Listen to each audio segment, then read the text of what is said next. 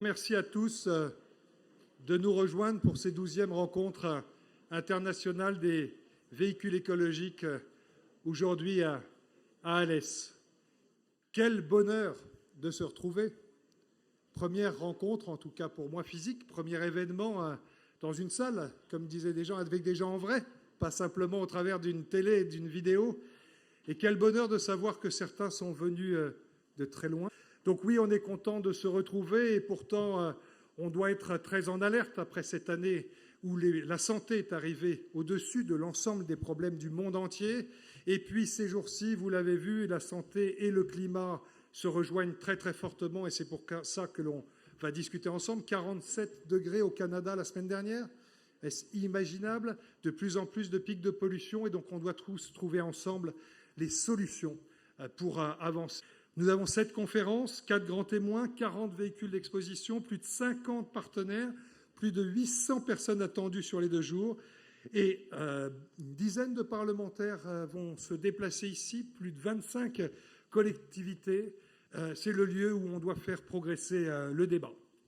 Nous avons un contexte politique indéniable au lendemain des élections régionales. Vous féliciterez la présidente pour son élection, qui est la meilleure élection de France. Mais bravo, mon cher Christophe, pour ta élection aussi à nouveau au Conseil régional. Et nous sommes à 8 mois des élections présidentielles, à un moment où il faut débattre, il faut provoquer, il faut bousculer les élus, leur dire d'avancer sur les régions, d'interpeller le gouvernement. Nous avions accueilli ici Brune Poirson, nous avions accueilli François de Rugy.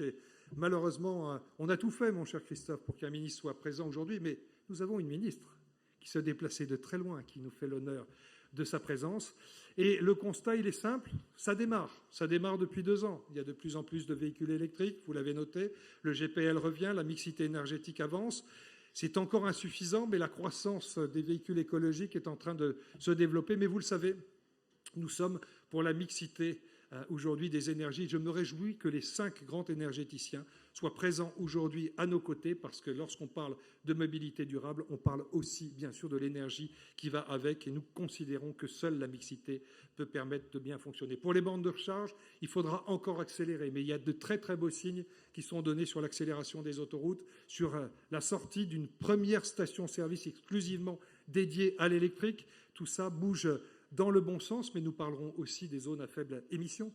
On ne peut pas oublier ce qui s'est passé il y a 2 ans, l'augmentation du prix du pétrole, les gilets jaunes, et aujourd'hui des villes dans lesquelles on aura peut-être l'interdiction d'un certain nombre de véhicules, et c'est bon pour la planète et pour baisser en effet la pollution, mais il faut trouver les solutions pour que tout le monde puisse rouler.